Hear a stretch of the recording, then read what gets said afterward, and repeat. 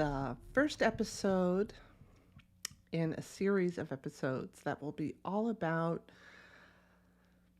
my process and experiences and all the things I learned trying to develop or build an online tarot practice. And I I am Amy. This is the Hudson Valley Tarot podcast YouTube channel. Sorry. And I got this idea to do this, and a lot of people said they would definitely enjoy seeing this. So here you go. So, yes, this is the first episode, and I'm calling it The Why. And it's really the first thing I think, based on what I've learned, that you should start with. Um, Let me tell you a little bit about myself and what kind of led up to me wanting to build a tarot practice. Sorry, I'm drinking a little coffee too. I hope you don't mind. Um, all right, so I've been reading tarot for quite some time. I started exploring tarot in 2002,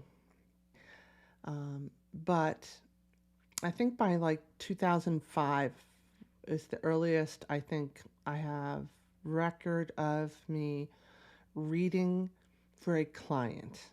And when I say that, I mean like reading for money. I had been a part of the Eclectic Tarot Forum. If you haven't heard of that, back in the time I started tarot, there was no Facebook. I'm not sure exactly when Facebook came out, but it wasn't the big thing it was yet. I think I joined Facebook in 2008, and I think that's when Eclectic Tarot kind of wrapped itself up because it couldn't keep up with the competition. But at that time, I was doing a lot of readings for folks in reading exchanges on the Tarot Forum, and it was all virtual, and it was all like emailing or posting. Actually, sometimes we would post the readings right in the forum, but usually we would private message or email them. We could also like post readings that we did for ourselves and ask for feedback. And that's mostly how I learned how to read for others. Other than that, there were lots of books, and I started going to the Reader's Studio down in New York City. I went to that event many times. So I did take a lot of classes and all. And then around 2005, like I said, I started reading for pay. It started at, I got laid off from my job, and I had a few months' pay, severance pay. And I felt at the time my kids were small, so I'm like, well, I'm going to take a couple of months in the summer off because it costs a fortune for a babysitter, and nobody likes to send their kids to camp. So I took the summer off to be with my kids, but also spent a lot of time at the new coffee house that opened up. And I just put up a sign. I have the old sign. I should get it out. And Ciro Marchetti actually let me use this. It's his image. I asked him, can I use this for like my posters for my flyers? And he said yes. He's awesome. He's a beautiful person. Um, anyway, I put the sign up, and I would just, I'd sit there all day Saturday and read for people, and I loved it. And I was only asking for like $10 for 15 minutes, so it was just great. And then through uh, the tarot school in New York City, Ruth Ann reached out to us and said, "Hey, oh no, it was through the Eclectic Tarot Forum. Someone said that posted on there that they have a cousin in New York City and they need a tarot reader last minute for their corporate party, and is anyone interested that lives near New York? And I'm like, I live near New York. At the time, I lived in the Hudson Valley. That's why I have the Hudson Valley Tarot name. And I was like less than an hour train ride from New York, so no problem. And before the corporate party, she said, "Well, I'm having a little party at my apartment. Would you come and read there and, just, for tips or whatever, and then, then we'll set you up for the corporate party." So I did. She lived in New Jersey. I went down to New Jersey. It was just a train ride. And her little party at her apartment was actually, she rented like a whole social area in the top of the building with overlooking this New York City. It was like, I I swear to God, from what I remember, there was like a DJ there. There was music, and there was, I want to say, like 100 people. It just felt that way to me. Maybe it wasn't, but I did readings all night. I made a ton of money because people were just putting 20s in my jar. And that was it. I started reading for parties like crazy, corporate parties, personal parties, girl parties, party, party, party, whenever I could. I was a divorced mom, and their father lived a couple of blocks over. So it was really helpful that he was nearby and could watch the kids if I had to work a party at night. It was very easy to get my kids over there, and even if they had school the next day, they could get the bus from their dad's house. So it was really great. It worked for a while, and I did that. I probably stopped doing that shortly after I got remarried because now I had a reason to stay home. Well, not that my kids weren't, but you get it. I did it mostly after I got married. I had a lot of repeat customers at this point, and I mostly did the coffee house, and mostly the weekends my kids were with their dad. And what I really gravitated towards at this point was teaching. I wanted to teach. I also was a Reiki master, and I wanted to have a Reiki business and a tarot business. So I did that for a few times, and then I just let it all go. I didn't need the money, the drive wasn't there, and I didn't give it the commitment it deserved. So it stopped. Flash forward to let's go to 2021. It's the end of the year. In November, I lost my mom, and I live in St. Louis now, so my husband and I drove back to New York, and I had to stay with my dad November and December, and it was January of 2022. I'm still staying with my dad. My husband was home. I'm working remote still from COVID, and my boss sends me a meeting request, and I notice his boss is on the meeting request. And I didn't think much of it, but when I got on the call, there was also a HR person on the call, and I'm like, "Oh, I know what this is." So what they told me was that they were reorganizing the whole IT. Wow. So now I had to figure out, well, in my mid 50s, do I want to interview for another corporate job? What do I want to do? And it didn't take much time to really decide that I am going to use that time to start my own business. And now I'm getting to what this first episode really is about, and it's about your why. And what I knew after that meeting with my boss, was that I did not want to go back to corporate America. I wanted to do something that I felt passionate about. I wanted to do something that was fulfilling, but I also wanted to make money. I don't want to be poor. I don't want to be scraping the bucket. And I knew that if I really wanted it, I have a chance. I can do this. my first thought was, why do I want to do this? And that didn't actually get defined until a few months later. And but it really should have been the first thing I did. Finding your why is super important because what I learned is whatever your plan is, it's not going to work.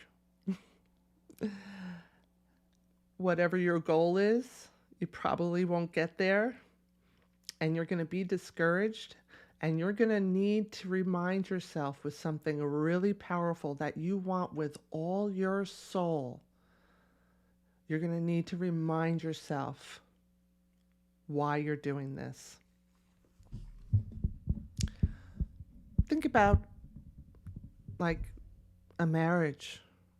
When two people are married and they're not getting along, the first thing you're going to do is you're going to remind yourself, why did I marry this person in the first place? What was it about them that I love so much? And that's what gives them the inspiration to do the work and go to counseling and try and save the marriage. Well, there are times, especially in your first year, where you're going to feel like giving up, and you're going to need that why to remind yourself why you can't give up. It needs to be powerful. So I forget when exactly I did it. I'm telling you about it now because it should be the first thing you did. But I remember it was through a freebie I got from Marie Forleo. I'm not sure if it was, I signed up for her email list. I really love Marie Forleo, by the way. I think she's phenomenal. And I strongly suggest you follow her if you do want to start your own business. She has a lot of free material that's extremely useful. And I also found her book, Everything is Figure Outable, very inspiring. But this was free. It was this little free class she gave. How to get anything you want. 3 simple strategies to get the clarity and confidence you need to build your dreams on your terms. Okay, I'll bite. I'm not buying nothing, but I'll bite. And it was in here. There's a lot of great content in here. And in here, she gives some strategies. And the first thing she tells you to do is ask yourself, why do I want this? What is the deeper purpose behind it? I'm going to talk to you about my why. I had it here. Okay. So this is a result of this workbook she gave me for free. I wrote it a few times, but this is kind of like my final one. I'll show you. All right. There's my whys. I'm going to talk to you about them. Your whys could be totally different. But I think the point I'm trying to get at is I learned it can't be bullshit. All right. You have to be honest with yourself, even if your reasons are a little embarrassing to you. Like I want to make a lot of money, or I want to be super popular. You know what? If being popular is important to you and that's going to keep you going, then use it. Just to be honest. And then the other thing that even I kind of, fell into was, well, it has to be important, or it has to be, spiritual, or I don't know. I was thinking that it has to be, I want to help others. I'm not sure what the word is I'm looking for. It's not for someone else. It's for you. For you. So what are the benefits you will get from this? Not someone else. So it's great if you want to help people, but what is it going to do for you? Oh, you know what? I want to give you this quote by Amy Porterfield. So she's another woman who has a great podcast. So Marie has Marie TV. If you're thinking about starting a business, follow Marie TV. You can follow it on YouTube, and she also does a podcast. And then Amy Porterfield, also on YouTube, but it's all audio, and she does podcasts. But hers is Online Marketing Made Easy. And I read her book. She has a book coming out this month, February 2023, called 2 Weeks Notice, that I got a galley copy of so that I could do a review. And it's really good. So get her book, 2 Weeks Notice, and follow her podcast, Online Marketing Made Easy. And here's her quote. I wrote it down in case I wanted to give it to you. But I remember reading this. I think it's from her book. And she says, your why does not have to be big or altruistic. It doesn't have to be huge. What it has to be is 100% honest. So be honest with yourself. Here's mine. Free of the stress of on-demand corporate world. This is my number one reason. My number one reason is not I love tarot, but that's high up there. I mean, I'm so obsessed with tarot, and I'm sure you can all relate. If you're watching this video, you're probably obsessed with tarot too. But it wasn't enough to make me give up my corporate salary and all the good things and perks that go with working a corporate job.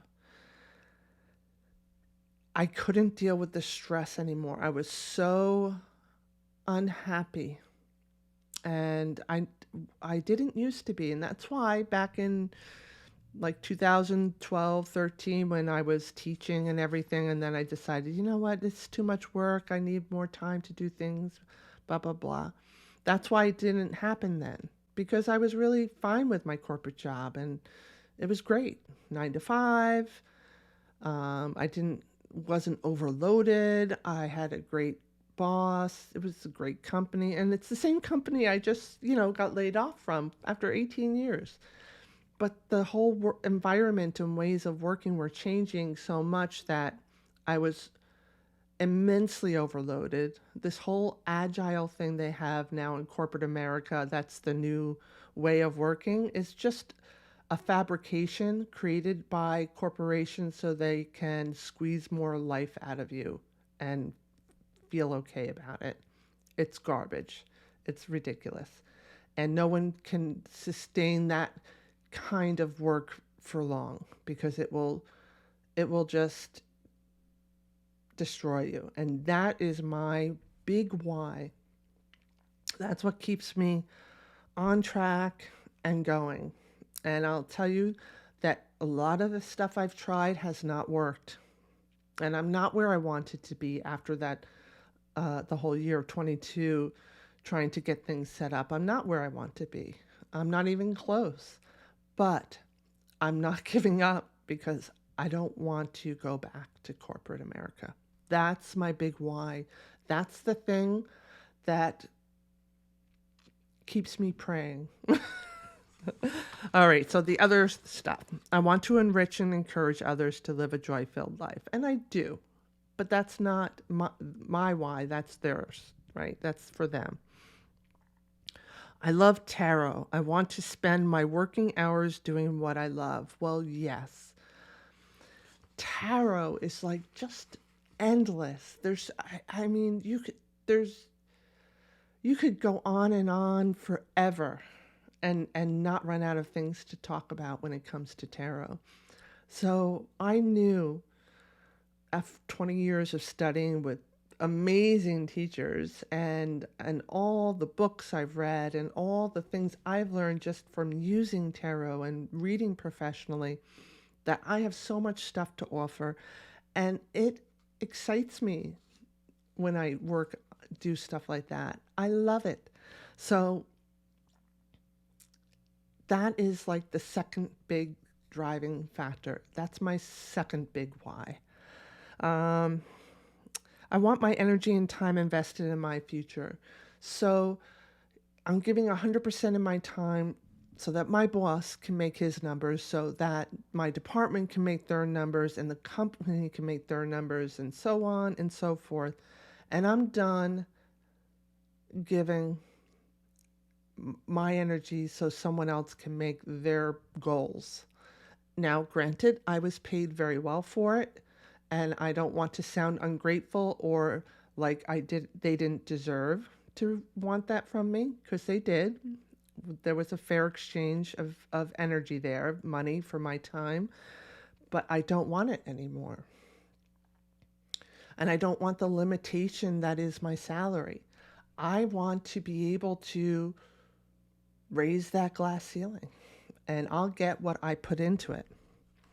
I want to feel happy and fulfilled. That goes without saying. Don't we all want that? And I want a purpose driven life. Well, obviously, tarot and anything related to tarot. And I have a lot more in my mind than tarot, but that's what I'm talking to you about. And that's what I'm starting my business with. And that makes me feel like I have a purpose. So those are my whys. And I want you to really think about your whys. Go deep and be honest. Remember that quote I gave you from Amy Porterfield. It doesn't have to be fancy, big, or anything like that. It just has to be honest. So be honest with yourself and make sure it's for you and not the customer that you're doing this. So it has to be something you want so bad that it's going to keep you online when you get to these points where it all feels like too much. You don't feel like you'll be able to do your own business and yada yada. All right, that's what I want you to do. Put it in the comments. I want to hear your whys. And if you're really feeling like this, you want me to keep going with this, I will keep going with this. I have a lot of stuff I experienced over this past year that I can share with you all that might inspire and help you, or at least show you some things to avoid. I also have a lot of people that I invested in their mentorship that have agreed to come on and share with you some tips and tricks in the future. So that's coming up. And I want to leave you with one more quote. It's by Deepak Chopra. I'm sorry, but I like him. I place my intention into the vast ocean of all possibilities and allow the universe to work through me. That is my intention that I set at the beginning of the year, and I read you my whys. So now I want to see yours, and I will be getting one of these recordings up every week until we catch up to where I am now. I'll still be doing other videos, mostly about tarot deck collecting and other things, but I really hope you like this. Thanks for joining me. Talk to you soon. Bye-bye.